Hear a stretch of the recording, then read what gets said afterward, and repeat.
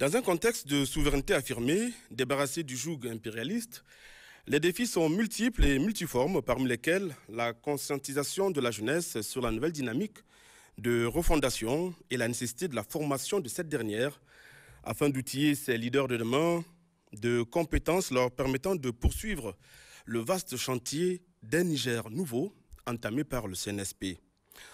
On entend par refondation les nouvelles orientations issues des assises nationales tenues, vous le savez, du 15 au 20 février 2025 à Niamey, devant servir de base pour bâtir un Niger nouveau, comme nous le rappelle cet édito du directeur de TéléSahel, Ibrahim El Hadj Ousmane. La quête de la souveraineté du Niger, on le sait, a réellement commencé à partir du 26 juillet 2023 avec l'avènement du Conseil national pour la sauvegarde de la patrie. Dès les premiers instants de l'événement, une synchronisation presque parfaite a été installée entre les actes posés par le CNSP et les aspirations légitimes du peuple. La souveraineté même, c'est un concept qui a eu un contenu approprié à travers les décisions audacieuses que nous connaissons du Conseil national pour la sauvegarde de la patrie.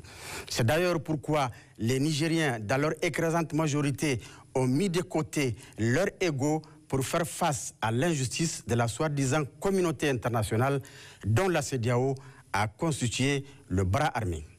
Face aux menaces extérieures qui planaient et qui planent encore sur le Niger, les Nigériens ont pu resserrer leurs liens et leurs rangs pour créer spontanément une union sacrée derrière le CNSP.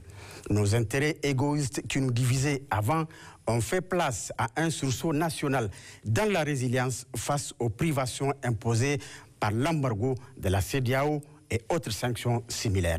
Le peuple a battu le pavé sur toute l'étendue du territoire national contre vents et marées pour asseoir cette souveraineté qui est matérialisée par, entre autres, la dénonciation des accords coloniaux et néocoloniaux, le rapprochement de nos frères du Mali et du Burkina Faso qui ont les mêmes aspirations que nous. Une première étape cruciale, le socle solide sur lequel nous construisons les piliers de notre libération de l'impérialisme occidental. Le combat donc de la souveraineté est en passe d'être gagné et déjà nous passons à une deuxième étape qui consolide la première, celle qui nous a ramené à une introspection pour puiser dans le grenier de nos valeurs propres les ingrédients nécessaires à notre plein épanouissement. Nous voilà de plein pied dans l'ère de la refondation qui tire sa légitimité des recommandations des assises nationales et qui a besoin aussi d'un contenu concret. Mais d'abord, c'est quoi la refondation? S'il est vrai que plus de 700 délégués issus de toutes les couches sociales du pays ont participé à ces assises et de ce fait ont une claire opinion du concept refondation, il est aussi important de vulgariser ce concept pour une bonne compréhension de la nouvelle dynamique. Si nous voulons atteindre un objectif commun sous le leadership de nos dirigeants, il est nécessaire de s'entendre sur le postulat de départ. Est-il évident pour les concitoyens que nous parlons de la même chose chaque fois que nous prononçons ce mot refondation?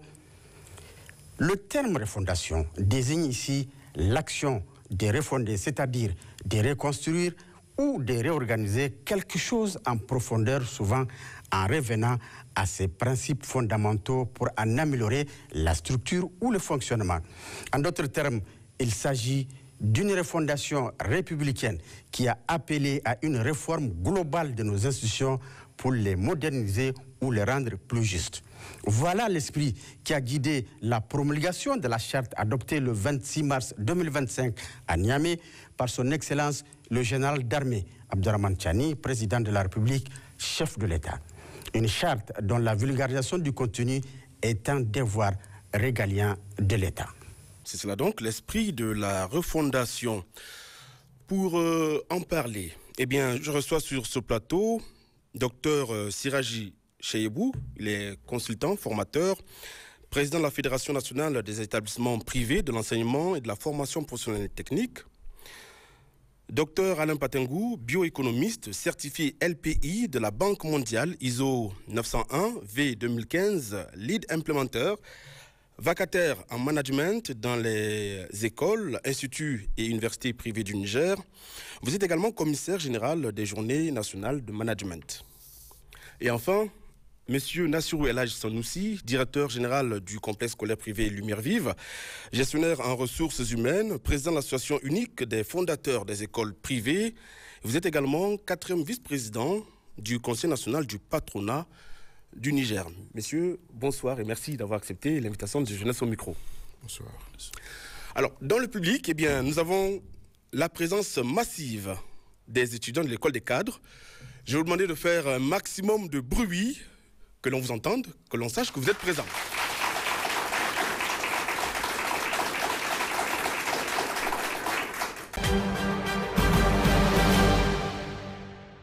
Mesdames, Messieurs, bonsoir et merci de nous rejoindre pour ce nouveau numéro de Jeunesse au micro. Alors, avec mes invités, il s'agira essentiellement donc de formation des jeunes. Et pour entamer ce débat, la première question que je m'en vais poser à mes invités, qui pourront bien sûr ensuite réagir, c'est de savoir de quel instrument disposons-nous pour nous approprier la notion de refondation. Je vais peut-être commencer par Dr Chebou pour entamer ce débat. Bien, donc merci.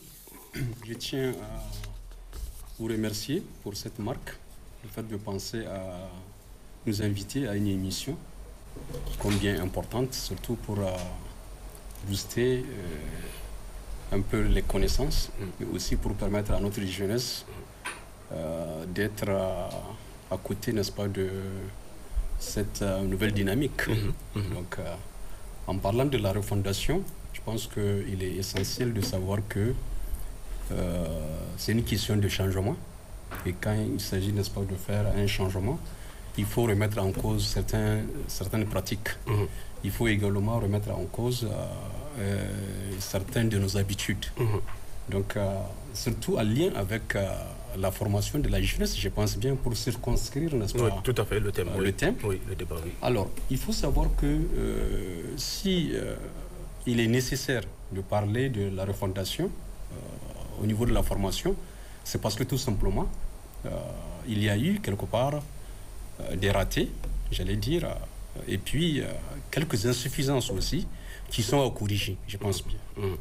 Alors, naturellement, quand il faut un changement de paradigme, nous allons voir, n'est-ce pas, qu'il y a beaucoup de choses à remettre en cause, comme cela est imposé aussi du point de vue pédagogique, renoncer à certaines choses et puis pour mieux réussir, n'est-ce pas, dans une nouvelle dynamique, une démarche nationale, parce que c'est de ça qu'il s'agit. Alors, pour cela, je pense que l'environnement va jouer aussi un rôle important, parce que si nous prenons en compte notre formation par le passé, qui est plus orientée vers un autre environnement, ou qui vient, n'est-ce pas, de loin pour un autre environnement, donc je pense que en ce sens, on peut savoir qu'il y a quand même lieu de revoir ce que nous sommes en train de faire pour un peu adapter notre formation au contexte environnemental, n'est-ce pas, de notre pays.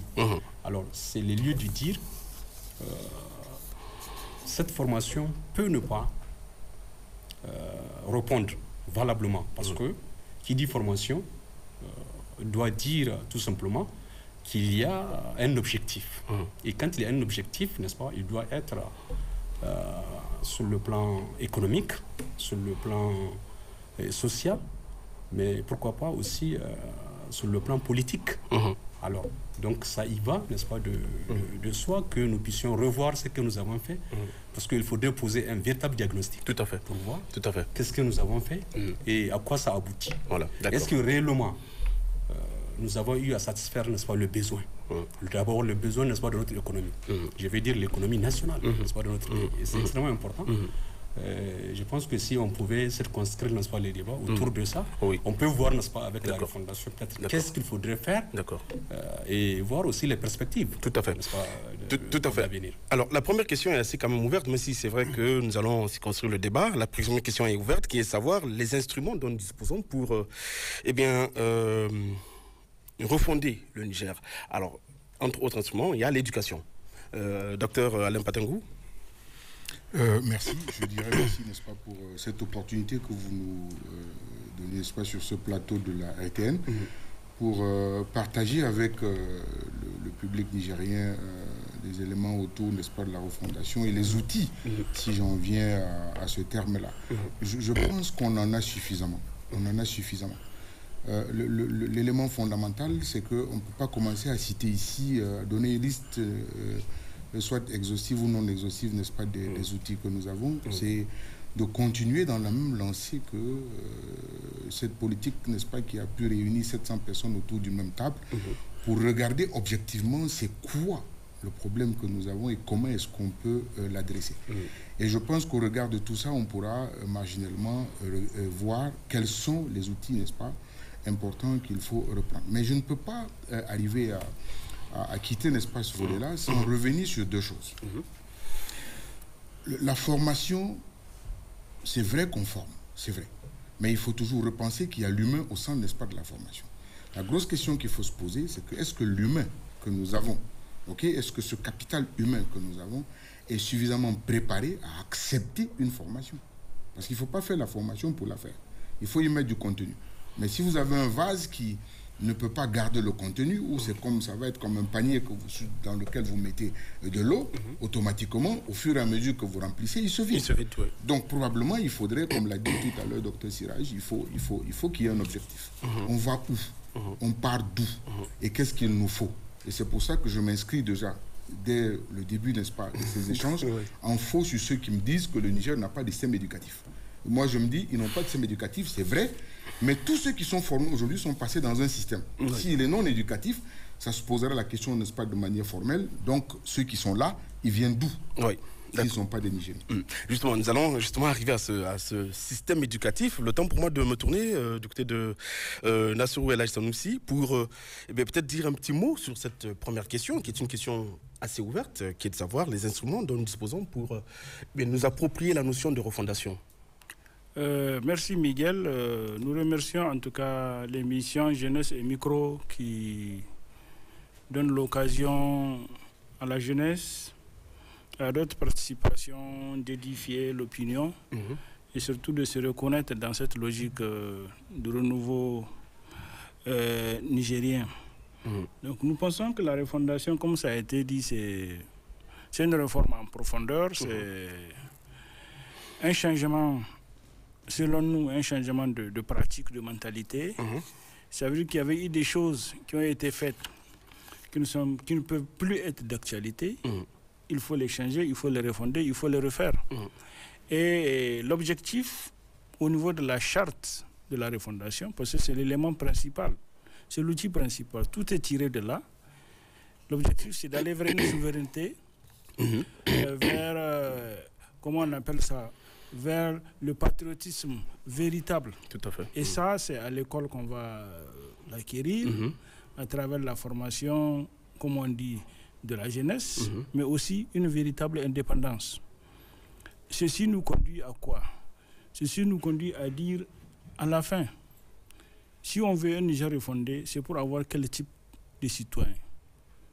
Quel type de citoyen on a besoin dans un Niger refondé? Parce que l'objectif, c'est quelqu'un l'a dit, tout se transforme à travers le capital humain. Tout à fait. Parce que l'acteur du changement, c'est l'homme. Et l'espoir pour que ça soit porté, c'est cette jeunesse. Cette jeunesse-là, la refondation, c'est pour elle. Lorsqu'elle n'est pas impliquée, lorsqu'elle n'adhère pas aux principes de la refondation, qui sont quoi? Lorsqu'on ne crée pas les conditions pour que cette jeunesse soit patriote, qu'elle met en avant l'intérêt du Niger, tout le temps, dans toutes les conditions, dans toutes les situations, c'est raté. Parce qu'il faut se l'avouer. C'est parce que peut-être que nous, quelque part, on a failli, c'est pour cela qu'on est là. Je le dis entre guillemets. Donc ceux qui vont repêcher cette situation-là, c'est la jeunesse. Et c'est pour cela, le thème d'aujourd'hui est extrêmement important. Leur formation doit être une autre formation. Un autre type d'encadrement qui va leur permettre de porter l'étendard d'un Niger nouveau. l'étendard d'un Niger qui aspire à sa souveraineté, qui est prêt à défendre les intérêts du Niger partout où que ce soit. Là où il faut avoir une souveraineté énergétique, parce que le cas de ce qui s'est passé avec les menaces, avec les sanctions, vous l'avez vu. On avait des soucis avec l'électricité. Il faut avoir cette souveraineté-là. Oui. Il faut avoir une souveraineté alimentaire. Parce qu'on l'a toujours dit que nos pays sont dans des situations alimentaires assez effroyables. Et ce n'est pas supportable. Vous comprenez? Il faut avoir une souveraineté par rapport à notre comportement dans l'optique de la grandeur de nos valeurs. C'est extrêmement important parce que tout part de là. On l'avait réuni à un moment. Oui, parce qu'on a pris des habitudes plus ou moins autres. Vous comprenez? Nos enfants, notre jeunesse doit savoir que il y avait une source, il y avait une base. L'Afrique était quelque chose avant qu'on nous colonise, avant qu'on nous transforme. Ça, là, il faut être fier de ça. Et c'est ça le principal objectif. Maintenant, l'autre aspect, quand il s'agit de la formation proprement dite de la jeunesse, oui, ils l'ont dit, ces jeunes qu'il faut former, il faut adapter la formation aux réalités. Ce n'est pas qu'il n'y a pas de jeunes formés maintenant. Il y a des jeunes formés, mais le plus souvent sans emploi. Pourquoi? Parce que ce n'est pas adapté. Parce qu'on ne le fait pas en fonction de besoins. Maintenant, la refondation crée une situation. C'est quoi? C'est la réorientation du pays vers d'autres objectifs. Le pays crée des usines, ceci, des entreprises, ceci. Il faut former pour y placer des jeunes pour y travailler. Tout à fait. Mais des jeunes avertis, patriotes, qui sont prêts à relever les défis. Et ça nous permettra désormais à ne pas avoir besoin d'aller commander des travailleurs qui vont venir peut-être nous saboter. Pour le moment, je crois que vous allez m'arrêter là. Très bien. Merci beaucoup, M. Nassirou. Alors, je vais me retourner du côté de docteur, vers vous, docteur Alain Patengou. Vous êtes bioéconomiste certifié LPI. Alors, pour ceux qui n'ont pas de notion, en tout cas, dans ce domaine de l'économie, LPI, de la Banque mondiale, qu'est-ce que c'est? Oui, rapidement, je pense que LPI, c'est Learning and Performance Institute, qui est une académie, n'est-ce pas, qui forme, qui forme, n'est-ce pas, des consultants pour intervenir dans des domaines spécifiques dans le cadre, n'est-ce pas, de la Banque mondiale. Donc voilà un tout petit peu l'explication que je peux vous donner. D'accord, très bien. Alors, on parlait tout à l'heure, c'est vous qui évoquiez la question, enfin, le système éducatif. Moi, je voudrais d'entrée de jeu vous poser la question de savoir en quoi est-ce que notre système éducatif peut être un levier pour ensemencer et faire germer les futurs piliers de la refondation. Si l'on tient compte, bien sûr, de l'idée sur laquelle on ne récolte que ce qu'on sème. Et tout à l'heure, docteur, M. Nassirou l'a dit tout à l'heure, il a un tout petit peu évoqué la question. Alors, oui, je vais sur un fait. On a longtemps, on a même commencé par faire des activités au Niger, il y a une dizaine d'années de cela, où on travaillait pour réfléchir et repenser comment, n'est-ce pas, faire des orientations au niveau de l'Agence nigérienne de la promotion de l'emploi, où on faisait des salons de l'emploi qui étaient systématiques pour résoudre le problème de l'adéquation formation-emploi. Alors, parce qu'on a senti à un certain moment que les acteurs étaient dispersés de leur côté. Vous avez aujourd'hui l'école qui forme, qui forme avec des curricula qui ne cadrent pas avec le besoin réel du marché nigérien. Quand vous formez des gens et des jeunes, c'est pour qu'ils soient employés. Donc nous, on avait dit à l'époque, pour qu'on ait un système, n'est-ce pas, qui est fiable et qui répond aux attentes, n'est-ce pas, du peuple nigérien, il faudrait que ceux qui sont dans le secteur économique du pays, ceux qui développent ce pays, ceux qui pensent que l'image peut porter à quelque chose de crédit, il faut automatiquement que les acteurs s'asseyent autour d'une table. Que ceux qui sont dans le secteur entreprise puissent s'asseoir autour d'une table avec ceux qui sont dans le secteur éducation pour dire quel type de curricula, n'est-ce pas, cadre avec vos attentes sur le marché. Sinon, si on ne le fait pas, on va continuer, n'est-ce pas, à former des jeunes qui auront certainement des diplômes à la fin, mais qui, le besoin du marché ne les prendra pas. Et c'est pour ça que quand vous regardez certaines études, n'est-ce pas, de la NPE qui ont démontré à une certaine époque qu'il y avait suffisamment de jeunes formés en comptabilité. Et on n'a pas besoin dans une entreprise de 2 ou 3 comptables. Et si on compte le nombre d'entreprises et le nombre de jeunes formés, on n'a pas suffisamment de jeunes. Et c'est d'où est née l'initiative pour dire oui, il faudrait qu'on s'asseye, qu'on regarde les curricula. Et on a commencé déjà, parce que quand vous regardez dans le secteur de la santé aujourd'hui, il y a une certaine uniformisation qui permet que même les examens, n'est-ce pas, en fin d'année, soient faits sur le plan national. Si les formations soient uniques. Alors ça montre déjà qu'à quelque part, on dit oui, ben, il faut qu'on arrête de se disperser et qu'on fasse des formations qui cadrent avec les objectifs, n'est-ce pas, que le pays se fixe. Sinon, on va toujours continuer à former des gens dans des secteurs d'activité dont on n'a pas réellement dit, on n'a pas le besoin, on n'a pas un intérêt direct. Et c'est pour ça, quand on parle de système, le système, il se construit dès la base. Moi, j'ai le sentiment fort que si depuis la maternelle, on a une lecture, n'est-ce pas, de construction pour aller vers le 1 secondaire averti. Et quand on arrive au lycée, on se dit, voilà ce que nous avons comme contenu, qui cadre avec ce que l'enseignement supérieur attend. OK ? À partir de ce moment-là, le jeune, quand il sort, quand il est formé, il est capable, n'est-ce pas, de s'exprimer et de se défendre dans le tissu, n'est-ce pas, économique qui est le nôtre. Mais si on continue à former juste pour former, ça va être très problématique parce que demain, on aura des gens formés qui ne cadrent pas avec les attentes que nous avons, donc automatiquement, on les met en chômage. Tout à fait. Et on sait qu'un jeune qui est en chômage, c'est un danger que nous avons pour nous-mêmes. Alors donc, il faudrait qu'on fasse des efforts pour que ces jeunes qui sont formés, qu'ils aient des diplômes qui cadrent avec le besoin de l'emploi sur le marché nigérien. Donc c'est pour ça que je dis que quelle que soit la probabilité, quel que soit ce qu'on met dans le plat, tant que l'humain, et je faisais encore ce débat il y a quelques jours pour dire que l'intelligence artificielle qui est en train de prendre le dessus sur la jeunesse aujourd'hui, on a oublié un côté. C'est que le coefficient intellectuel qu'on développe avec beaucoup d'énergie ne représente que 10 à 15%, n'est-ce pas, de la capacité de l'être humain à se faire sur le marché.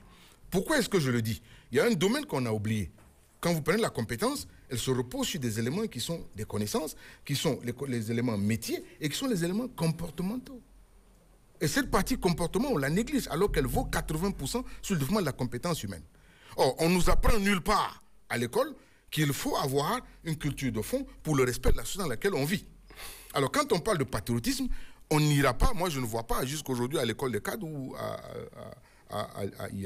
IFAC, où il y a un module où on appelle patriotisme. Il n'y en a pas. Il n'y en a pas. Donc, le civisme qui était la base et le socle, n'est-ce pas, on a rejeté ça. Que ce soit le président et moi, on sait très bien que déjà à partir du CM2, 6e jusqu'en classe de 3e, on a un cours de civisme. Oui. Ce civisme la morale, je crois à l'école c'est la morale, et au secondaire, le civisme. Elle a complètement disparu. Oui. Donc, ce qui veut dire qu'à quelque part, le jeune n'a plus de repères. Tout à fait. Donc, il fonctionne sans repères. On veut qu'il y ait une sorte, n'est-ce pas, d'engagement de la jeunesse. Mais il faut leur dire, vous vous engagez sur quoi? Il ne faut pas qu'ils avancent et au moins ils se retournent pour nous chercher. Nous avons disparu. Et c'est pour ça que cette jeunesse se dit, mais on va où? Si foncièrement on ne sait pas, quels sont les résultats qui nous attendent demain? Et on nous demande de faire des efforts. On les fait pourquoi? Donc c'est ça la logique, n'est-ce pas? Tout à fait. Que je suis en train de dire qu'il faut que cette jeunesse, pour qu'elle s'implique, il faut que nous soyons conscients du fait qu'on doit leur présenter quel est le résultat que nous voulons de vous dans 5, dans 10, dans 15 ans, pour qu'ils soient capables, n'est-ce pas, de s'inscrire dans une logique, n'est-ce pas, de développement. Donc alors, voilà un peu... Docteur Chebou, comme le disait donc à l'instant, docteur Alain Patangou, le système actuel éducatif comporte des insuffisances auxquelles il faille remédier, et je pense que vous êtes tout à fait d'avis avec lui. Bien sûr. Alors, je pense que la première grosse erreur, c'est le fait d'accepter tout ce qui est venu de l'extérieur. C'est de ça qu'il s'agit. Parce que quand vous prenez notre éducation, en général, elle a été suffisamment importée. Pourquoi? Vous allez voir, dans tout ce que nous avons eu à former, ou tous ceux qui ont reçu, n'est-ce pas, la formation, ont tendance, n'est-ce pas, à voir cette formation sous un autre angle. Parce que tout simplement, ça a caractérisé quoi? Une déperdition, quand vous prenez, parce qu'à un moment donné, il a parlé de l'ANPE. L'ANPE était obligé de mettre en place un programme qui est appelé la reconversion. C'est-à-dire, des gens ont été formés dans des filières qui ont été importées. Et c'est là où je veux faire une parenthèse pour vous parler, n'est-ce pas, d'abord de cette adéquation. Formation-emploi. Parce que tout simplement, il faut se dire que avant de faire une formation, la première des choses, c'est de faire une identification. Et cette identification doit être faite, comme je l'ai dit, sous un angle, n'est-ce pas, de diagnostic. Il faut se dire, par rapport à l'environnement, quelles sont les opportunités que nous pouvons avoir. Et c'est ce qui a manqué. C'est pourquoi je dis que nous sommes partis dans la précipitation sur une base, n'est-ce pas, non fondée. Et c'est bien normal qu'on parle de refondation aujourd'hui parce qu'il faut voir sous un angle, n'est-ce pas, de refaire les choses. Tout à fait. C'est ce que ça veut dire. Parce que, bien sûr, oui. Et je vous dis sincèrement, dans le système éducatif, il y a quelque chose qui n'a pas été pris en compte et qui doit être pris en compte. Parce que quand il s'agit de créer les universités, je pense que les gens ont bien vu qu'il faudrait, n'est-ce pas, faire une étude minutieuse en fonction des régions. L'environnement doit être étudié. On doit savoir quel est le besoin réel de l'environnement. Malheureusement, quand je vous dis qu'il y a des filières qui ont été importées, la formation a suivi. Et c'est après que les gens ont vu qu'ils ont formé. Et dans ce qu'ils ont formé, il y a des gens, naturellement, qui doivent chômer, qui ne seront pas à mesure d'être employables. Donc, tout le problème se pose à ce niveau.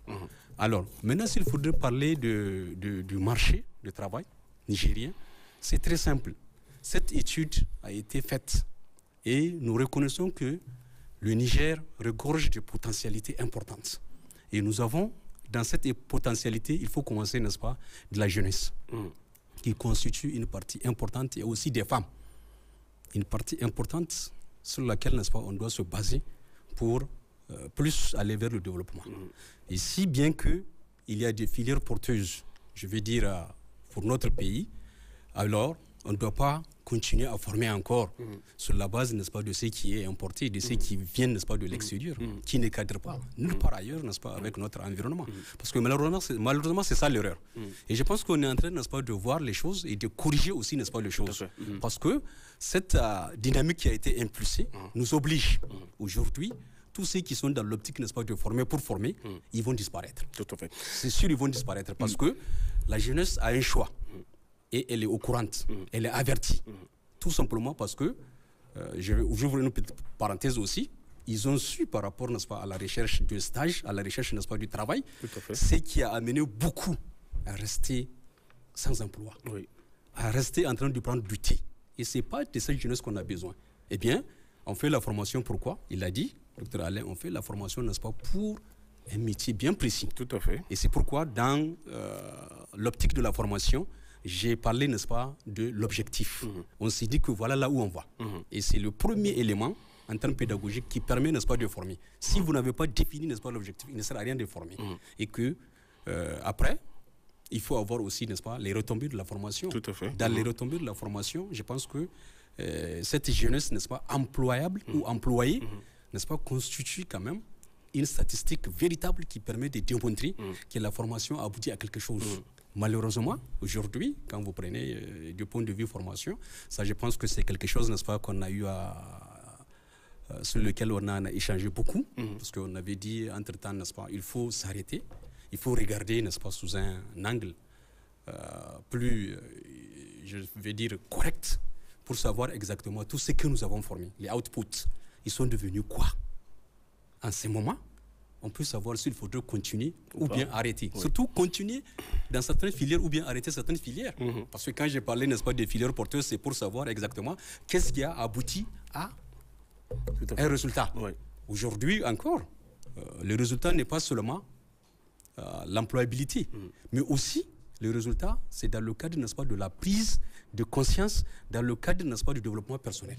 Parce que nous avons une jeunesse qui ne croyait pas du tout en elle, tout simplement parce qu'on l'a orienté, n'est-ce pas, dans une forme de formation qui n'est pas liée à son contexte, qui n'est pas logiquement liée à son contexte. Et ce qui fait que il faut corriger cela. Parce qu'il faut avoir, n'est-ce pas, une jeunesse vraiment qui a envie de faire quelque chose. Tout à fait. Qui est vraiment... Qui est motivé voilà, aussi, qui est très motivé et qui pense que la formation reçue, n'est-ce pas, sert à quelque chose.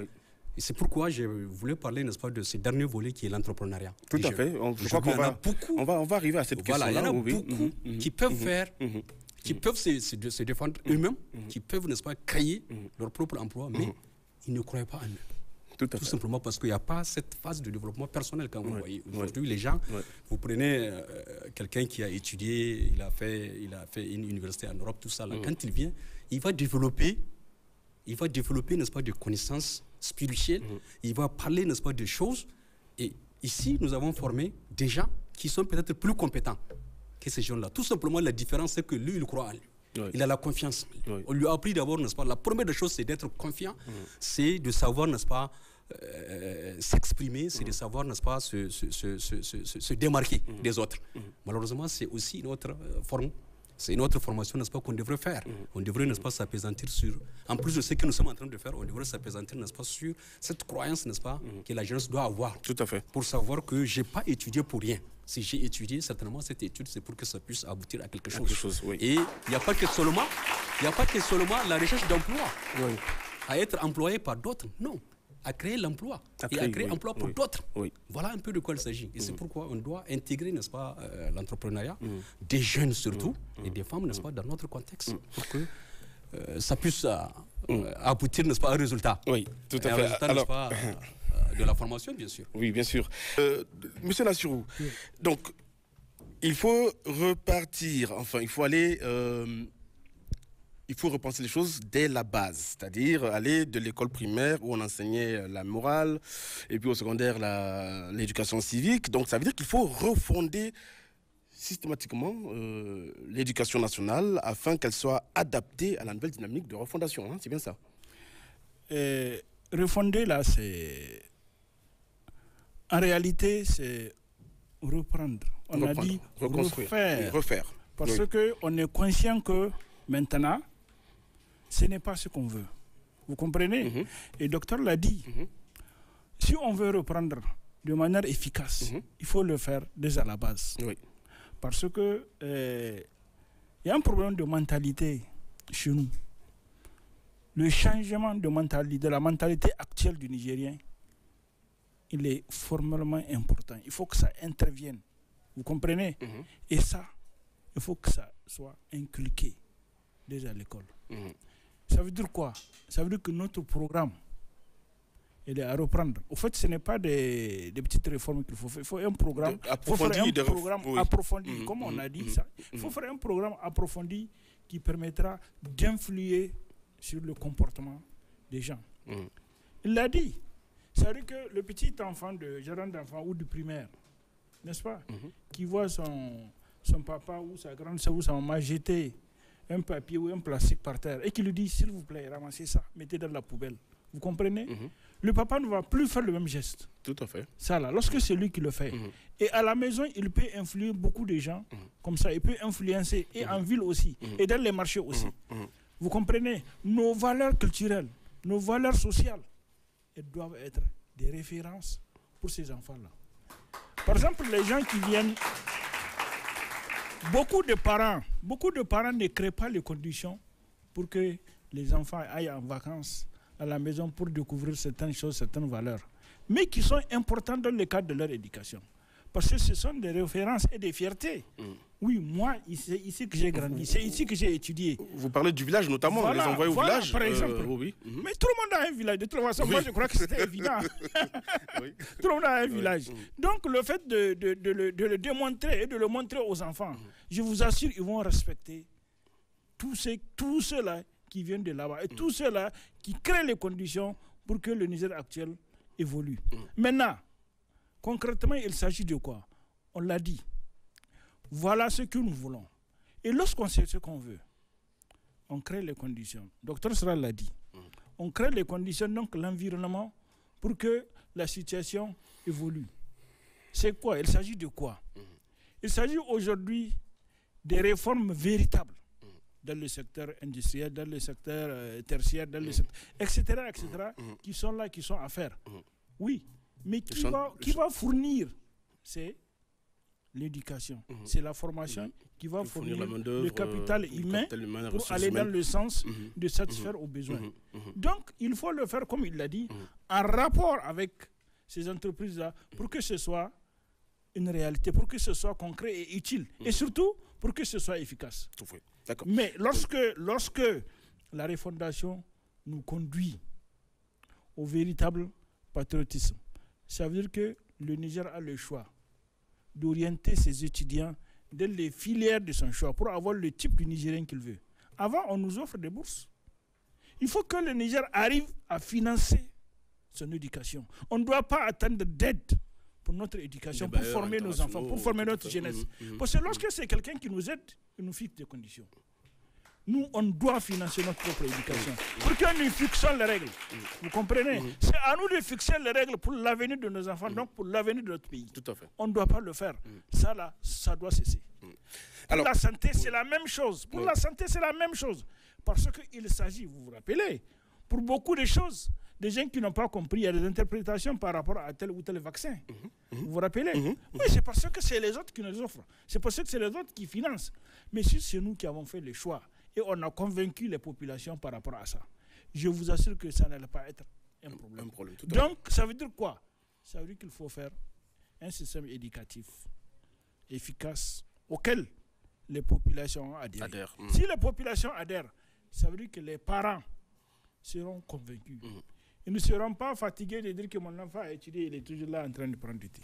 Mais ils vont croire, ils vont adhérer, ils vont créer les conditions pour qu'ils payent des grandes écoles pour leurs enfants. Parce qu'ils croient, ils savent qu'à la fin, ça va être utile pour la famille. Tout à fait. Et ça, là, c'est ça l'essentiel. Lorsqu'on adhère partout et partout, vous allez voir cette jeunesse-là, elle n'aura plus envie, parce qu'il y a un souci, de faire la grève. Ils vont faire ça autrement. Parce qu'ils vont travailler, ils vont gréver plutôt en travaillant. Vous comprenez? Ils vont trouver la solution. Et ça, c'est extrêmement important. Mais maintenant, on a cette culture-là. Moi, je pense que dans cette logique de refondation, il faut qu'on diminue les jours fériés, etc., etc. Il y en a beaucoup. Regardez, jeudi. C'est énorme. Alors que le pays a besoin qu'on s'y mette à travailler, à fonctionner chaque fois. Donc, il y a des ordonnances à reprendre dans ce sens. D'accord. Très bien. Alors, docteur Alain Patangou, pour la jeunesse qui nous regarde là, notamment celle de l'école des cadres, mais également celle qui nous regarde à la maison et partout dans le monde, les Nigériens de la diaspora, les étudiants qui nous regardent, comment les amener à une prise de conscience des enjeux de l'heure? Oui, j'ai du mal quand cette question, on me la pose. Pas parce que vous vous rappelez-vous, hein, vous avez dit en entame qu'il fallait qu'on fasse une classe. Moi, je vous ai dit, même en off dans les discussions que nous avons eues, que quand on me dit que le niveau a baissé, je dis par rapport à quoi? Il faut qu'on soit clair. Les choses évoluent. Le jeune aujourd'hui, il est extrêmement dynamique. Nous qui sommes des parents assis sur ce plateau-là, nous ne manipulons pas les NTIC de la même manière que ceux qui sont dans le public là. Donc, qu'est-ce qui a baissé? Point d'interrogation. On allait où? Point d'interrogation. Qu'est-ce qu'on cherchait à faire? Bon, lorsque le jeune, lui-même, quand il... Moi, si vous leur posez la question, ils vont vous dire, il y a beaucoup qui sont là. Qu'est-ce que tu fais avec l'école? Il dit, bon, mais comme le vieux a dit d'aller à l'école, je vais à l'école. Donc, il ne va pas à l'école, parce qu'il est convaincu que cette école va m'apporter quelque chose. Et il va à l'école, on lui dit, quand vous regardez les panélistes sans les interventions, c'est tout à fait clair, hein? On leur apprend à avoir des notions sur comment je réfléchis. Ça, c'est le quotient intellectuel. OK? Le QI est bien garni. Mais là où l'erreur se pose, c'est que vous allez constater qu'il y a deux jeunes formés avec le même diplôme. Il y a un qui prend plus d'initiatives et l'autre qui n'en prend pas. Parce que moi, je reviens toujours sur cette citation où ceux qui nous ont tout le temps donné nous disent que la raison est hélène et puis l'émotion est nègre.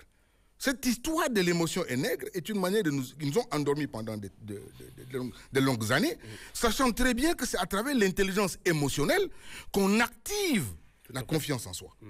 Or, tant que tu n'as pas confiance en toi, comme l'a dit Dr Siraj tout à l'heure, il serait très difficile pour toi de t'engager dans le jeu. Nous sommes tout à fait d'accord. J'ai confiance en moi, je prends l'élément de fond et j'y vais. Mais on a tous deux le même diplôme, mais moi j'évolue, toi tu n'évolues pas. Simplement parce que tu n'as pas encore compris que le jeu ne reste pas sur l'autre. L'autre n'est pas important pour toi. Ce qui est important pour toi, c'est toi. Qu'est-ce que je dois avoir? La fixation d'objectifs. On parle d'objectifs. Mais déjà, à partir de la maternelle, il faut montrer aux jeunes comment on fixe un objectif. Il ne faut pas en parler. Il faut leur dire, on fait. Nous sommes tout à fait d'accord. Ces jeunes qui nous regardent aujourd'hui, c'est pour ça que nous avons eu la blessure depuis 2015. Docteur Siraj, il en sait quelque chose. nous avons mis sur pied quelque chose que nous avons appelé les Journées nationales de management. Oui. Et nous sommes à la 10e édition. Nous sommes revenus parce qu'on est allé à l'intérieur du pays en se disant qu'ils se plaignaient déjà. Pour dire, nous sommes à Maradi, nous sommes à Difa, vous nous avez oubliés. Nous avons dit, mais c'est pas grave, on va y arriver. Or, notre problème au niveau des Journées nationales de management, c'est faire quoi? C'est de dire, arrêtons de rêver négativement. Rêvons positivement. En faisant quoi? Prenons le courage de nous asseoir autour d'une table et qu'on se parle. Enseignants universitaires, vous qui enseignez, qui prenez des livres et que vous enseignez, n'est-ce pas, des choses qui sont très bonnes à écouter, ok? Qu'on nous dise, vous qui êtes des employeurs aujourd'hui, quel est le besoin qui vous hante? Les étudiants, comment est-ce que vous voyez la chose?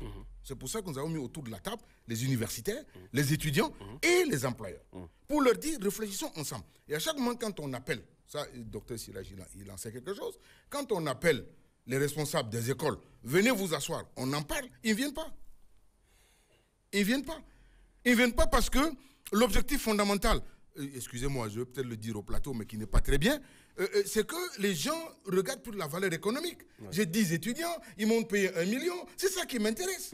Non, arrêtons ça. J'ai 10 étudiants, je les ai pris aujourd'hui.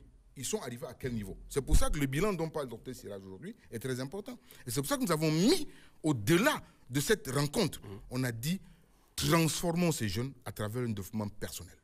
Il faut que ces jeunes prennent conscience que personne ne viendra les aider, même si on fait la refondation aujourd'hui, et qu'ils ne sont pas conscients que c'est eux la clé du changement, on ne va pas changer. Il faut que ces jeunes acceptent qu'on a du contenu, on veut y aller, mais on fait comment pour y aller? Qu'est-ce que je fais? Et c'est là où les valeurs interviennent à fond. Aujourd'hui, hier encore, quand on disait à un jeune Nigérien, tu as triché, mais il ne rentre pas à la maison. Aujourd'hui, tu dis à un jeune Nigérien, tu as triché. Il dit, je suis le seul à tricher. Donc, il y a une culture de fond. Tout à fait. Il faut travailler cette culture-là pour pouvoir, n'est-ce pas, permettre qu'à travers ce que nous sommes en train de faire, que les jeunes comprennent que vous êtes vous-même garant de la réussite qu'on attend de vous. Tout à fait. Alors, le temps tourne très très vite, on me fait des signes. Alors, pour rester toujours sur le même ordre d'idées, de plus en plus d'écoles, on l'a vu, on le sait, vous êtes là, offrent des formations en management, justement. Et la question que je m'avais savoir d'abord, c'est de savoir qu'est-ce qui motive ces jeunes de se tourner, qu'est-ce qui les motive à se tourner vers cette filière? Et qu'est-ce que le management? D'abord, il faut peut-être définir rapidement ce que c'est que le management. Pour ceux qui nous regardent, c'est quoi le management? Oui, je ne vais pas aller à l'école de la théorie, parce que si je vais à l'école de la théorie, ça va encore nous embêter. Il y a trop de livres qui sont écrits sur le management. Le simple élément fondamental, si nous acceptons tous que l'élément de base d'une réussite dans une société, que la refondation passera par là, c'est le capital humain, ça veut dire l'homme étant ondoyant et divers, il faut qu'on lui donne une base solide pour pouvoir avancer. Le capital humain doit être encadré. S'il n'est pas encadré, ça ne marche pas. Et pour encadrer, il y a énormément de sensibilité. Quand on dit qu'il est ondoyant et divers, vous pouvez le voir à 13h, à midi, ce n'est pas la même personne, l'après-midi, ce n'est pas la même, ainsi de suite. Donc, le management vient ici donner la lecture. Qu'est-ce que je dois faire? Je prends un cas qui est simple. Il faudrait que le jeune comprenne que quand on te fait un reproche, tu ne dois pas t'arrêter pour dire tu es qui pour me faire ce reproche-là. Il faut plutôt te poser la question, qu'est-ce que j'aurais dû faire pour qu'il n'y ait pas de reproche? Et c'est là où on fait appel à l'intelligence émotionnelle. Et c'est ça que je suis en train de demander jusqu'aujourd'hui. Donc, le côté management, c'est vraiment la théorie. Si je prends, on a beaucoup d'enseignants autour de la chose, on va enseigner, c'est ça. Mais c'est les outils. Le management, c'est les outils. C'est les outils. On ne les a pas. Comment conduire une réunion? Une simple réunion. Vous allez voir, on va rentrer dans une salle, on va finir le débat, on n'aura rien de tiré, on va finir par les disputes. Parce que l'intérêt personnel va primer sur l'intérêt général. Donc, cette nature-là, comment on conduit? Je prends des cas aujourd'hui, il y a une dénomination propre, les parlementaires en savent, il y a une procédure parlementaire pour diriger un débat. Okay? Et si cette procédure n'est pas apprise, ça ne marche pas. Aujourd'hui, en gestion du temps et des priorités, le temps est important. Si on pouvait, moi je dis toujours, si en management, on pouvait capitaliser. Quand je le dis, on va dire, mais tu es extrêmement religieux. Mais je profite quand même d'avoir la chance d'être dans une communauté fortement islamique et avec une donnée chrétienne de l'autre côté. Et c'est qu'il faut que les gens comprennent la rigueur qu'on met dans le temps pour prier. Mettons la moitié de cette rigueur dans le management, le Niger va exploser. Positivement. Positivement. Voilà, positivement. Positivement. Si on met, ne serait-ce que... Et puis, il y a des adages qui disent le temps c'est l'argent. Tout à fait. Donc, en management, ce que je suis en train de dire, c'est quoi? C'est pour ça même que les journées nationales de management insistent là-dessus. C'est qu'on fait des formations pour montrer comment utiliser des outils pour être performant. Parce que ce qui est vrai, la théorie, c'est la théorie. Il y a une confusion aussi au niveau de certains concepts, rapport, conclusion, je ne sais pas quoi, où les gens confondent un peu. Oui, mais non seulement ça. Je vais vous dire une chose. Aujourd'hui, si on dit faisons un mémo, c'est une autre chose. Faisons un compte rendu, c'est une autre chose. Faisons un rapport, c'est une autre chose. Un PV, un procès verbal, c'est une autre chose. Donc, quand vous n'êtes pas dans le jeu, vous allez faire la même chose pour tout ce qu'on vous demande de faire. Donc, voilà, une question d'école. Donc, ce qui veut dire simplement pour moi aujourd'hui, c'est de dire, au lieu qu'on mette le Nigérien sur une piste où on va lui dire, va étudier 300 pages, n'est-ce pas, d'un cours en management, disons-lui, voici l'outil qu'il te faut utiliser pour avoir des résultats. J'ai discuté avec un ministre du gouvernement qui m'a dit, mais tu sais quoi? Tu sais pourquoi dans l'armée, nous, on avance? J'ai dit non. Il dit parce que quand on dit la règle est là, on est pratique. Quand on dit 1, c'est 1. On ne dit pas 1 et demi. On ne dit pas si je pouvais. Le langage de je peux, je ne peux pas, je suis absent, ça n'existe pas dans l'armée. C'est pour ça qu'on est précis. Si chacun des jeunes aujourd'hui est capable de s'inscrire dans la logique de dire changeons, ne disons plus ce qu'on ne peut pas faire et faisons-les avec les outils qu'on doit. Si on prend un comptable aujourd'hui, il sait ce que c'est que la comptabilité à travers des logiciels, à travers une approche, à travers une technique. Mais quand on prend un chef d'entreprise, il a quelle technique, il a quel outil? Parce qu'on a dit hier au Niger qu'il faut créer des entreprises. Tout le monde crée des entreprises. On prend des humains, on met dans des entreprises et on n'a pas des outils pour les encadrer. Quel résultat tu veux? Si le début est pipé, automatiquement. Et ces jeunes qui ont fréquenté, quand ils viennent, ils n'ont pas de relais. On ne les encadre pas. Et après, la seule chose qu'on s'est dit, c'est de dire, il ne sait pas travailler. Mais tu lui as montré comment on travaille? Non. Non, voilà. Tu ne peux pas avoir...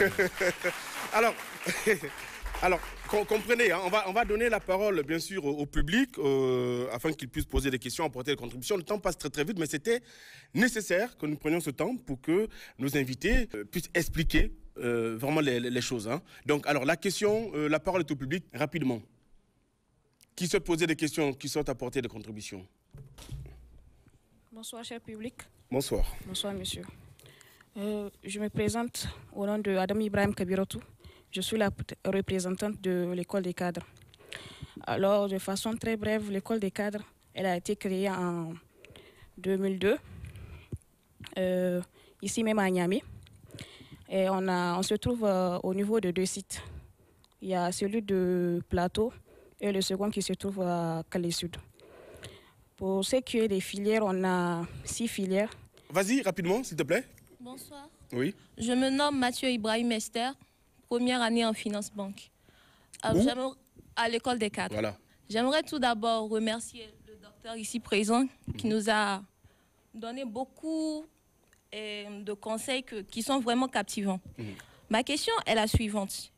Vous nous avez parlé de la confiance en soi, de la fixation des objectifs et de la prise de conscience. Maintenant, j'aimerais savoir, comment pouvons-nous donner l'envie à ces personnes de refonder le pays? Comment est-ce qu'on peut les pousser à avoir une confiance en soi? Parce qu'il y a beaucoup de jeunes que, pour eux, comme vous l'avez dit, ils se disent que je viens à l'école juste parce qu'il faut que je vienne. Comment est-ce qu'à travers les formations qu'on les donne dans les instituts à l'université, ils peuvent changer cette mentalité pour revenir à la raison et qu'à travers cela, ils puissent changer leur vie? Donc, la prise de conscience, ok. Très bien, merci beaucoup. Est-ce que, rapidement, quelqu'un d'autre aussi? Oui, bonsoir. Et moi, c'est Boukar Saour Abdelkarim, étudiant à l'école des cadres. Et tout à l'heure, le papa a parlé des jeunes qui partent, finissent les études et après qui sont sans emploi? Oui, qui sont sans chômage. Dans le micro, s'il te plaît. Oui, après qui sont sans emploi. Et maintenant, le truc, c'est quoi? Et étant étudiant, et avec plusieurs grands frères à la maison, je dirais, plusieurs grands frères à la maison. Et je vois les grands frères partir, ils ont étudié. Il y a ceux qui partent à l'étranger, ils reviennent à la maison. Maintenant, le problème, c'est quoi? Le fait d'avoir un emploi. Et selon vous, est-ce que ça encourage? Donc, c'est ça, la question de la formation qui ne bouge pas un emploi, c'est ça? Ok, d'accord. Oui. Et mis à part ça aussi, le papa a parlé de la volonté. La première parole qu'il a dit tout à l'heure, c'était concernant la volonté des étudiants.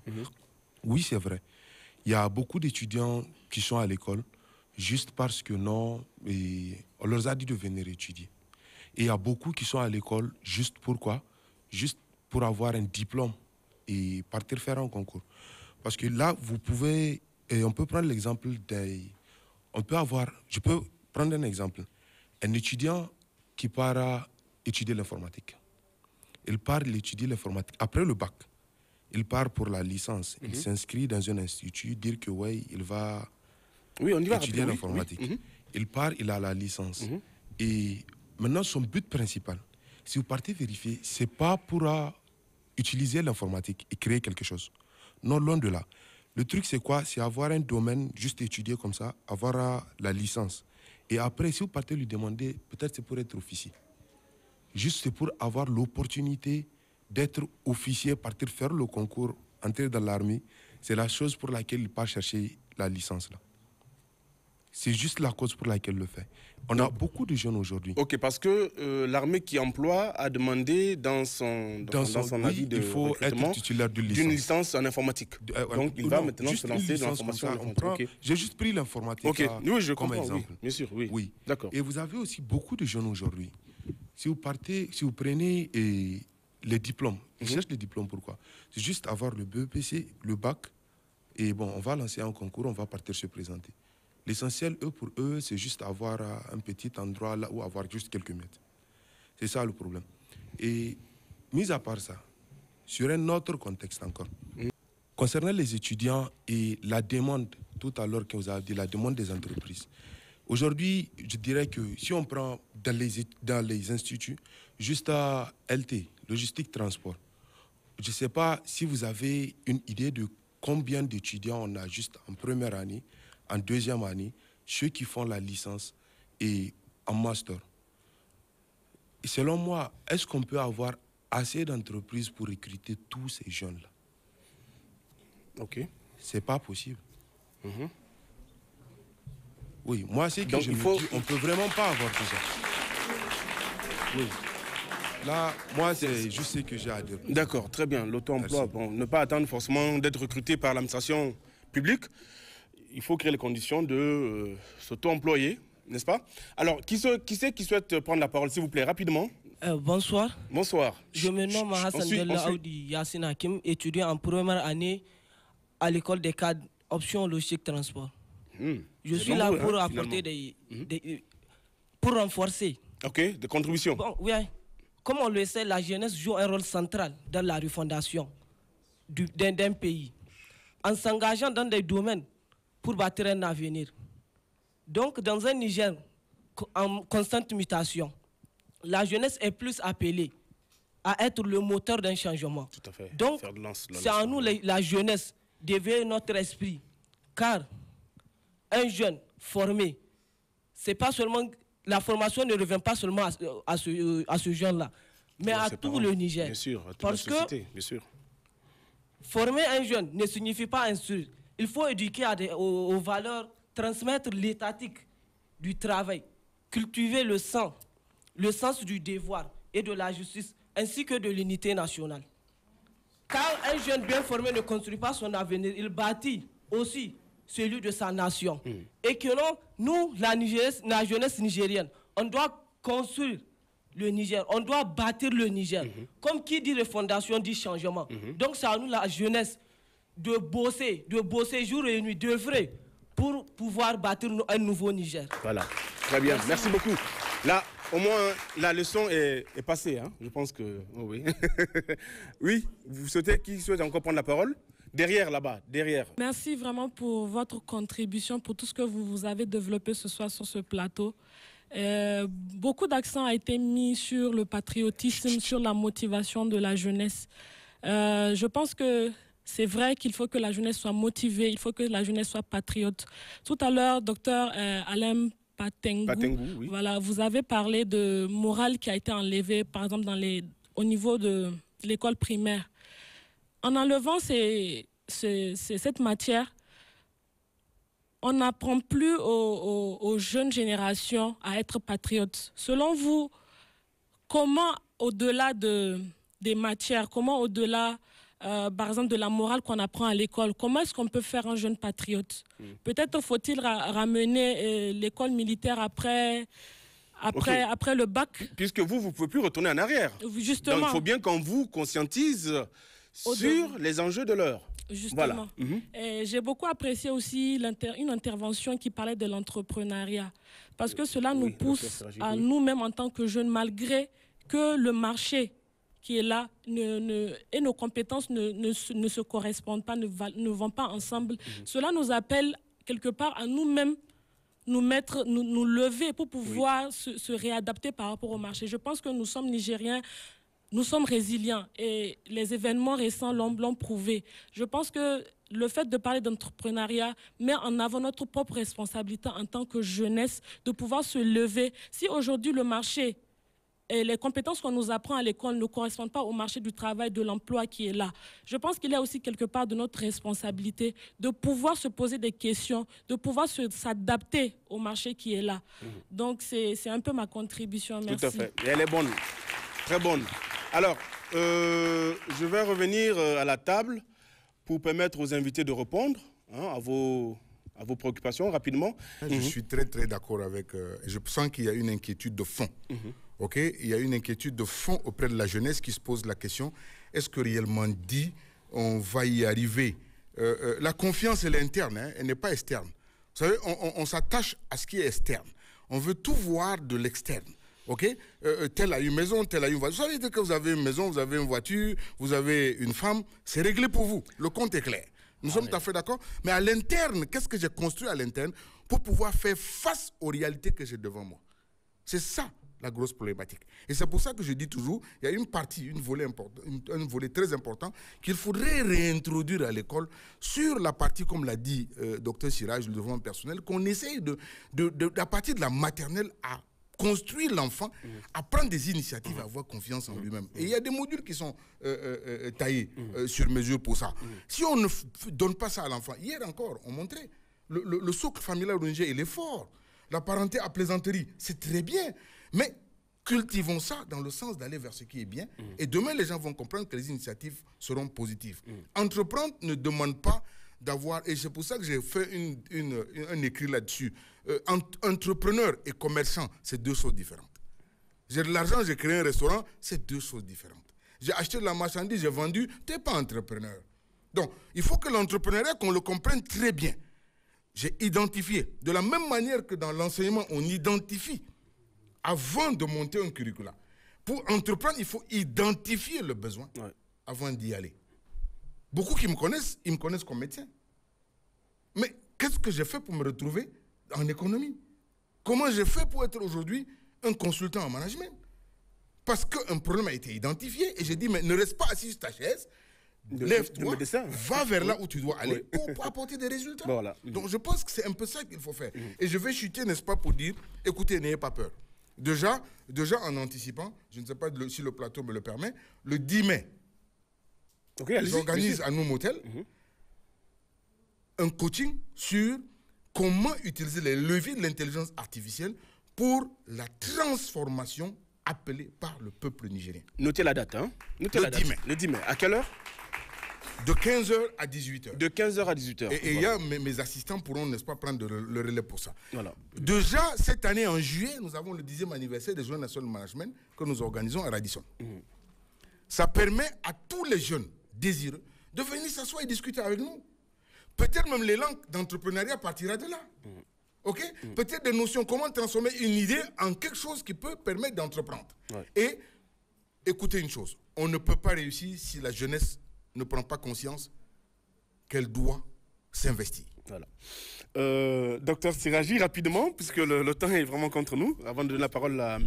Nassirou. Je pense qu'il y a les deux premiers qui avaient posé quelques soucis. Surtout des soucis par rapport à la formation et le résultat de la formation. Je pense qu'il faut se dire quelque chose. Nous avons beaucoup parlé de la formation. Il y a eu beaucoup de changements dans la formation. Mais l'idéal, c'est que cette formation, chaque formation doit aboutir à quelque chose. Maintenant, pour revenir par rapport à la première question, celle de comment avoir confiance en soi, je pense que c'est une question de curricula. Parce que vous conviendrez avec moi, tout à l'heure, dans les discussions, nous avons dit, il faut qu'il y ait une révision du programme. Il faut introduire des modules comme le leadership, la confiance en soi, le développement personnel. C'est des modules, n'est-ce pas, qui sont importants. Aujourd'hui, il y a beaucoup qui sont formés, mais tout simplement parce qu'ils n'ont pas fait ce genre de modules. L'entrepreneuriat, ça peut booster un peu leur coefficient intellectuel. Ça peut leur amener, n'est-ce pas, à cultiver cette confiance en soi. Parce que je pense que c'est ça le souci. Maintenant, autre chose, il y a aussi une part ou une partition que l'État doit jouer. Il s'agit de quoi? Tout à l'heure, on parlait du système éducatif. Je pense que Dr Alain n'a pas encore répondu à ça. Ce n'est pas qu'il n'existe pas de système éducatif. Il y a le système éducatif. Il existe. Mais tout simplement, il faut qu'il soit accompagné par une politique. Par exemple, prenons un exemple, la politique d'employabilité. Et je vais vous dire, par le passé, parce que tout simplement le nombre était très réduit de ceux qui sont formés, il s'est trouvé qu'à chaque fois, après chaque formation, il y a un emploi qui attend. Et généralement, les gens sont orientés pour aller faire la formation et revenir occuper leur emploi. Mais aujourd'hui, regardez, vous avez parlé de transport logistique. Il y a combien qui sont en transport logistique ici? Ils sont nombreux. Donc, dans la politique que je suis en train de dire, il faudrait que l'État cadre.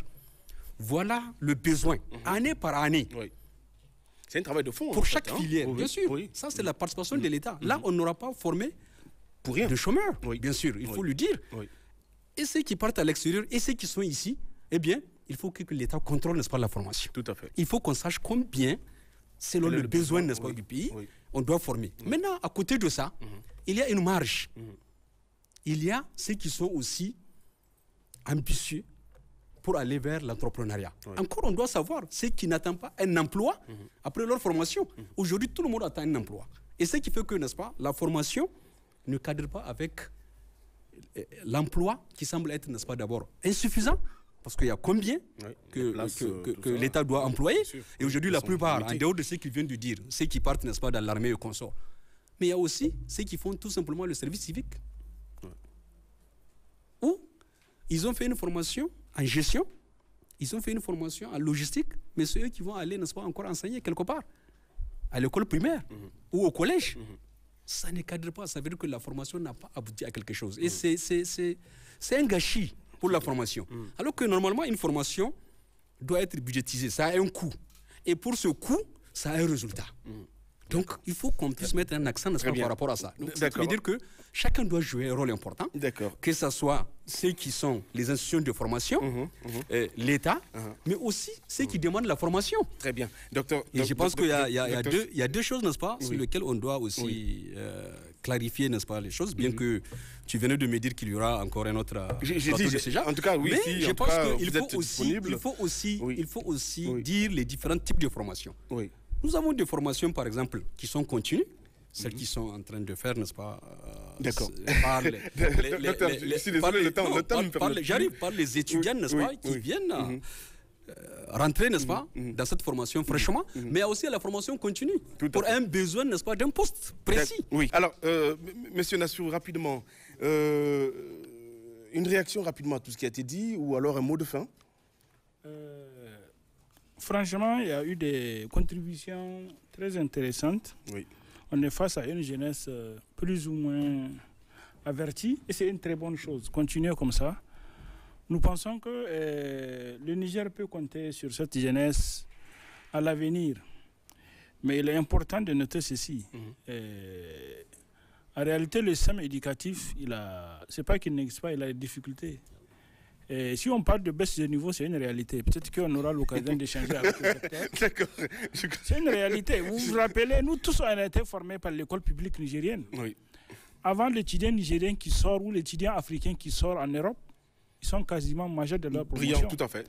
Mais maintenant, c'est rare et c'est très difficile. Oui, les choses ont évolué, les choses ont été innovées. Peut-être qu'ils sont meilleurs maintenant en informatique, en antique. Mais les portables que vous voyez de leur main, en réalité, ce n'est pas pour étudier. Cette jeunesse-là ne lit plus. Ils ne lisent plus les livres, ils ne lisent plus les documents. Ils n'écrivent plus une lettre correctement. Ils font des abréviations. Donc, vous voyez, c'est très compliqué. Et cela a contribué. Et c'est un problème aussi de formation. Oui. Alors, les écoles qui font les formations n'ont pas aussi les ressources humaines nécessaires pour bien former, et le temps nécessaire, et les stages nécessaires pour et le temps aussi qui nous était parti est arrivé à sa fin. Je suis désolé, monsieur Nassirou, je suis désolé, on va devoir s'arrêter là. Désolé vraiment de vous couper. Merci. Merci, désolé de vous couper. Allez, Jeunesse au micro, c'est terminé pour cet après-midi. Je recevais comme invité Dr Siraji Cheibou, consultant formateur, président de la Fédération nationale des établissements privés de l'enseignement et de la formation professionnelle technique. Dr Alain Patengou, bioéconomiste, certifié LPI de la Banque mondiale ISO 901 V 2015, lead implémenteur, vacataire en management dans les écoles, instituts et universités privées du Niger. Il est également commissaire général des Journées nationales de management. Et enfin, nous avons sur ce plateau M. Nassirou El Hadj Sanoussi, directeur général du CSP Lumière Vive, gestionnaire en ressources humaines, président de l'association unique des fondateurs des écoles privées, et également vice-président, 4e vice-président du Conseil national du patronat du Niger. Dans le public, c'était tout simplement les étudiants de l'école des cadres. Merci à toutes et à tous. Prochain rendez-vous la semaine prochaine. Inch'Allah, restez fidèles sur la télévision très engagée. Allez, au revoir et à bientôt.